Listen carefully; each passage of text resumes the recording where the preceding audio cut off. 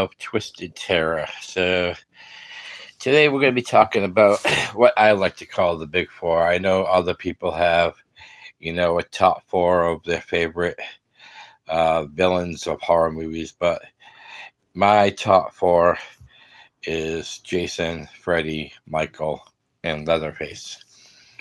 So, I'm going to start with. Let's start with Leatherface on the Texas Chainsaw Massacre. Um, you know, the first one is a gem. It's one of my all time favorite classics. But my issue with the Texas Chainsaw Massacre is not so much the movies; it's about the storylines. Like as far as like every movie, Leatherface has new family members. I mean, the only consistency was in one and two. The cook Drayton Sawyer.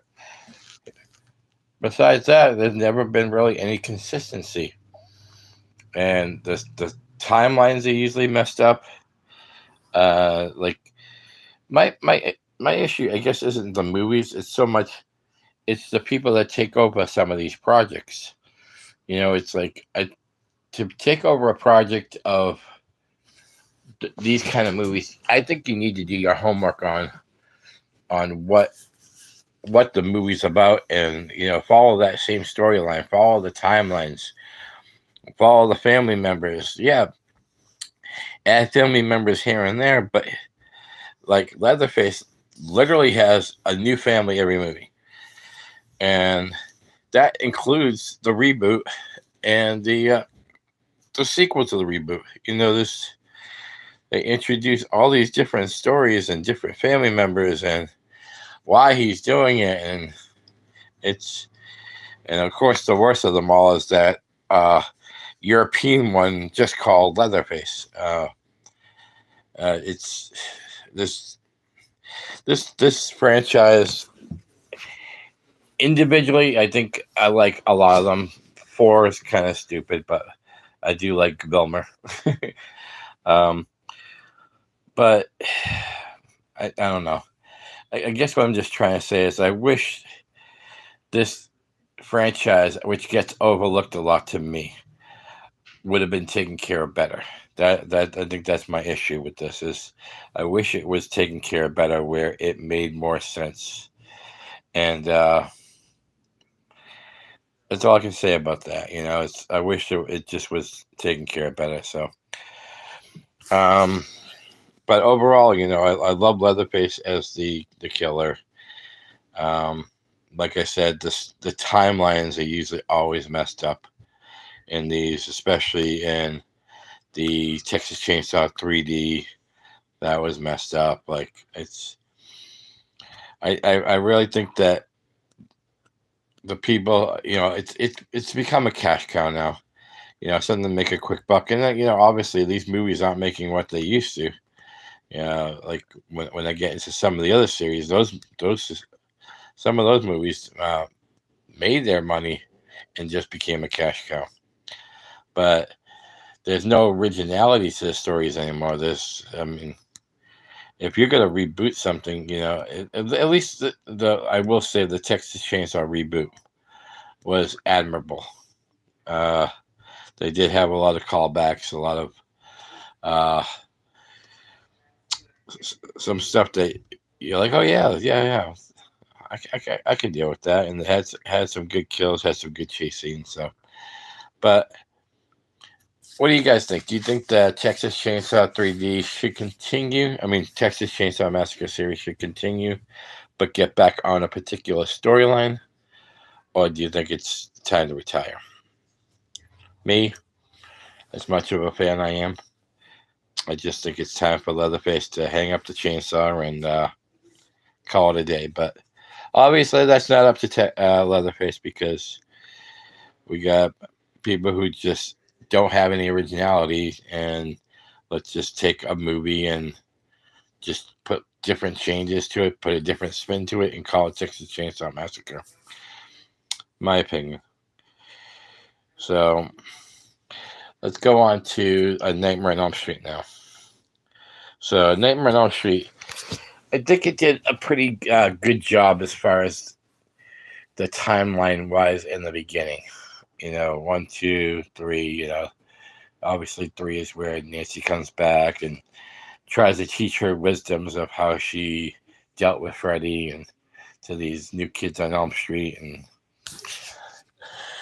But my issue isn't so much the timeline. My issue, besides that crappy remake, is Freddy breaks his own rules. And once again, this is the director, the writer, and everybody involved's fault, because you know the rules were that if you fall asleep, he can kill you. But as the movies went on, there was more and more instances where Freddy was killing people who are awake, and I'm not saying that's a reason that they should retire, but I think this is a reason to step back a little bit and reevaluate what we're putting on film, because towards the end it was just getting ridiculous, and it was getting way too comedic too. You know, I know sometimes people love that little charm about Freddy because Freddy, unlike Leatherface, actually talks, and so yeah, I guess there are sequences where the comedic side helps out, but it became way too corny towards the end. But it was part of Americana for a while. There was everything Freddy's. Everybody wanted to be Freddy. Everybody wanted to buy the Halloween mask. Everybody wanted to get the figures, and Freddy had music videos and a TV series, and so Freddy. To me, I think Freddy's not done yet.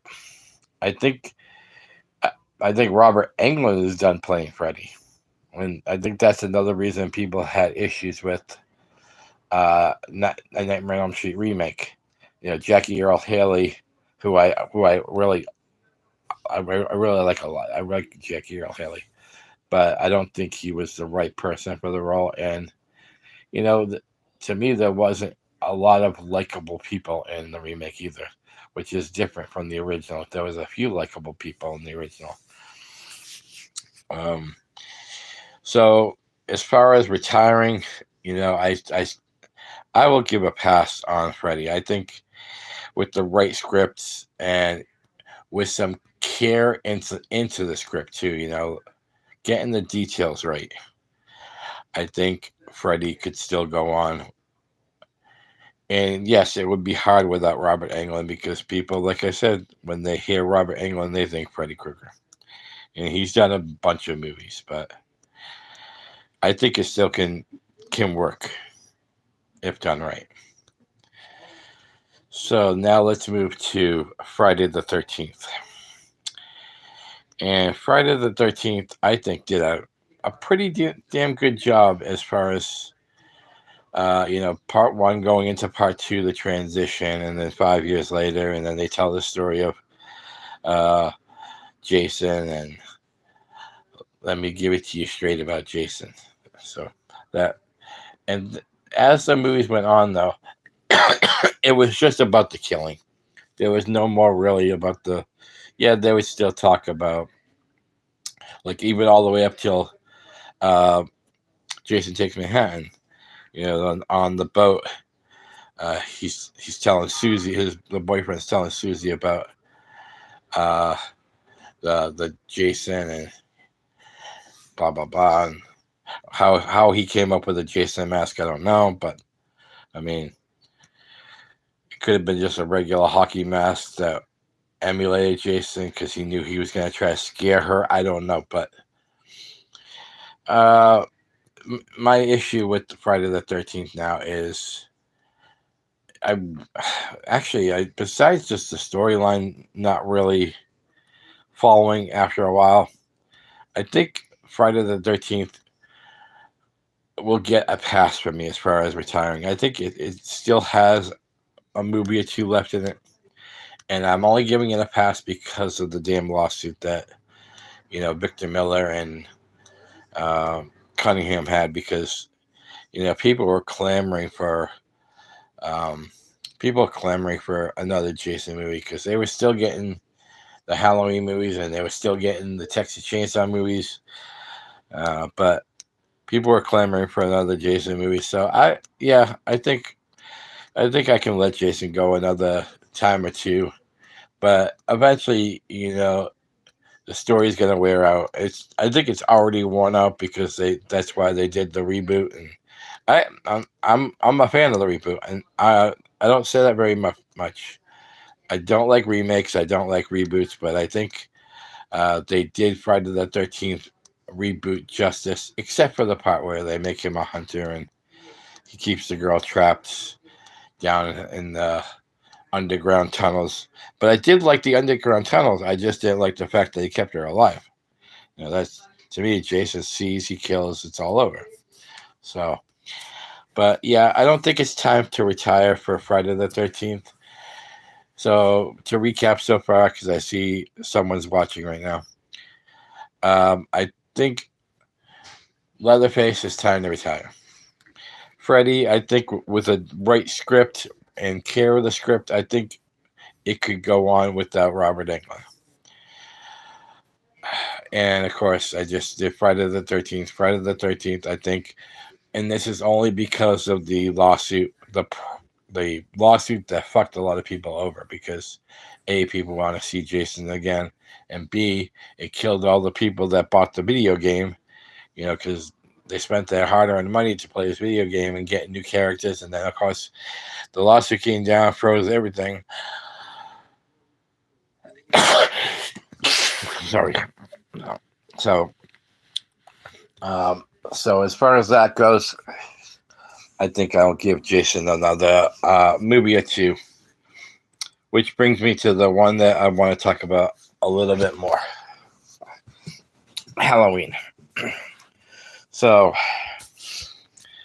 I have lots of issues with the Halloween series, and this is coming from a huge Michael Myers fan. I love Michael Myers.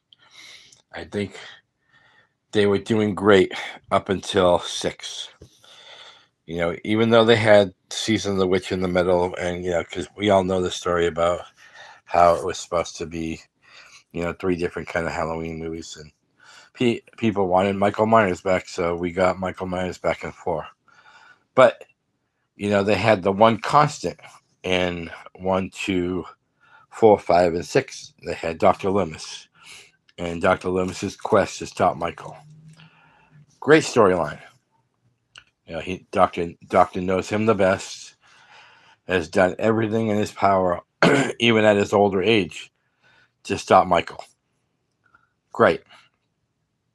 Then, of course, the passing of Donald Pleasance, and R.I.P. Because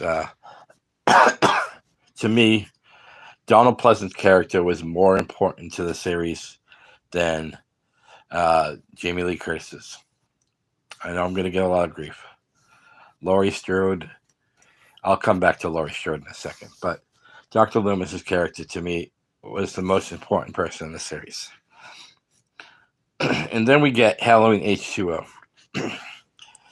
And although I like Halloween H2O, Jamie Lee Curtis decided to erase everything after 2. So 4 didn't happen, 5 didn't happen, 6 didn't happen. She didn't have a Jamie Lloyd. She now has a son in this one.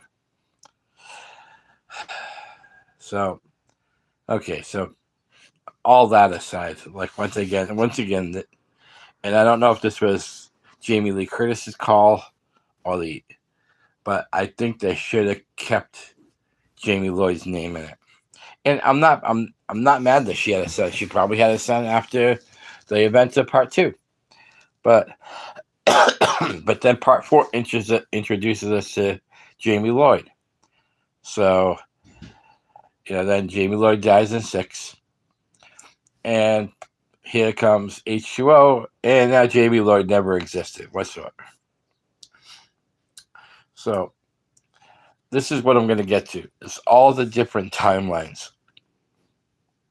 So how people are always trying to introduce their friends or family to movies they grew up on. Like I'm doing it to my sister, Debbie. I'm trying to introduce her to.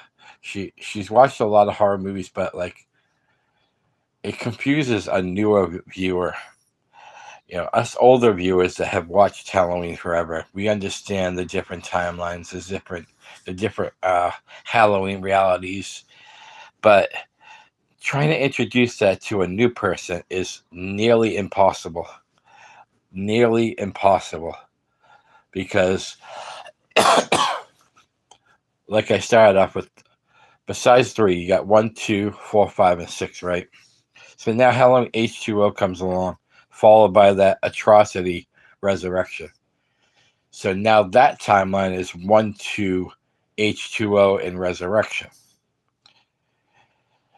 So now you're trying to explain to somebody, well, Laurie, in this one, Laurie doesn't have a daughter, but she has a son. And I like the storyline where she relocated into a relocation program. She has a new name, blah blah blah. I get that. And once again, Resurrection sucks because it killed a totally perfect ending. H2O had the perfect ending to a horror movie series. Cut Michael's head off, game over. Part 7, oh, it wasn't really Michael. Jumping the shark right there.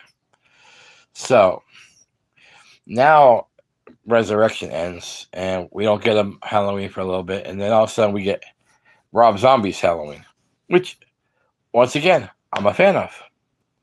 But now you're trying to explain to this new viewer, well, this is a new Halloween. There is no Jamie Lee Curtis in this one, but there's still Laurie. I do like the fact that they brought back Daniel Harris. I think they owed Daniel Harris that. But now you got Rob Zombie's Halloween, and you got Rob Zombie Halloween 2. And it took a little time for me to grow on 2, but I do like 2 for what it is. Now that ends. We don't get a Halloween movie for a while. All of a sudden, Halloween 2018 comes. And we learn that the timeline has yet changed again.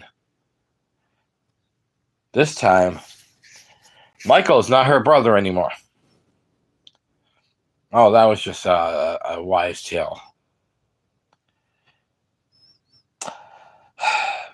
And this is what frustrates me.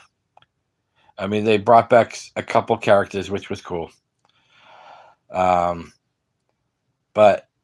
they kill the Michael storyline. So now, and they also killed part 2. There is no part 2 in Halloween 2018. So now the new timeline is the 78, 2018, Halloween kills and Halloween ends.